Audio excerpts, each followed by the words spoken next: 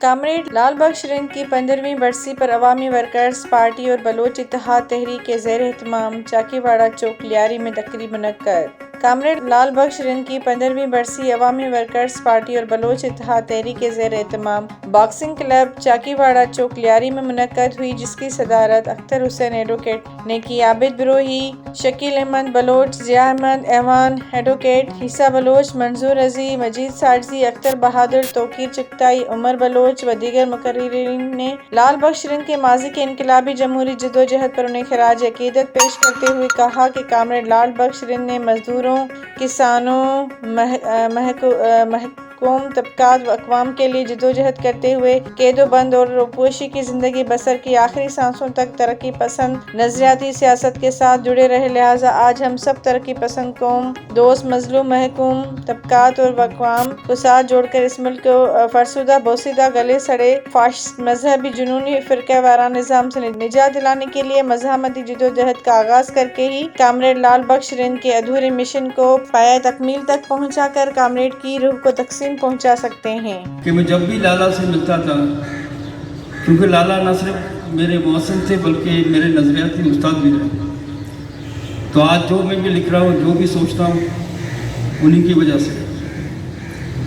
تو مجھے اکثر ایک بات کہا کرتے تھے کہ نظریہ بغیر عمل کے کچھ نہیں ہوتا، سوچ بغیر کمٹمنٹ کے کچھ بھی نہیں۔ تو لالا کے نظریے کے حوالے سے آپ بات کر سکتے ہیں، طریقہ کار کے حوالے سے بات کر سکتے ہیں، لیکن لالا کی شخصیت کے اوپر کوئی بات نہیں کر سکتا، کیونکہ لالا اتنے بڑے کمیٹڈ انسان تھے۔ جب ہم نے اسٹرگل شروع کی تھی، خالق زدران ہمارے پاس یہاں بیٹھے ہوئے ہیں اور بہت سارے دوست، اختر بلوچ، جان بلوچ صاحب، یہ سارے ہم نے مل کے جب لیاری نوجوان تحریک بھی بنائی تھی، تو ہم لالا سے اکثر ہماری ان چیزوں پہ ملاقات ہوتی تھی، ڈائلاگ بھی ہوتا تھا۔ اور مجھے تو یاد ہے کہ میں جب کلاس 8 میں تھا،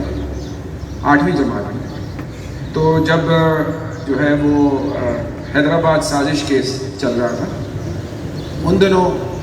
کلر فوٹو نہیں ہوا کرتے تھے، کلر فوٹو ان دنوں نہیں ہوتے تھے، اور وشوش، آپ کو پتہ ہے وشوش سلطان جو بہت بہترین آرٹسٹ تھے اور وہ لالا کی فیملی میں بھی بعد میں شامل ہوئے،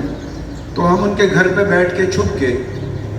جو عطا اللہ مینگل، واس ورکس جو اور ہمارے جو جتنے لیڈران تھے، ولی خان، باقی لوگوں کی تصویروں کو ہم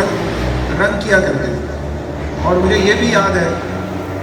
وہ جدوجہد بھی یاد ہے جب ہم وہ کی چینز بنا کے لوگوں کو بیچ کے آتے تھے اور اس کے بعد وہ پیسے ہم پہنچاتے تھے کہ اس سے کوئی سیاسی کام ہو سکے، وہ سیاسی کام ان کی تصویریں بھی اس میں۔ اور میں خاص کر گزارش کروں گا کہ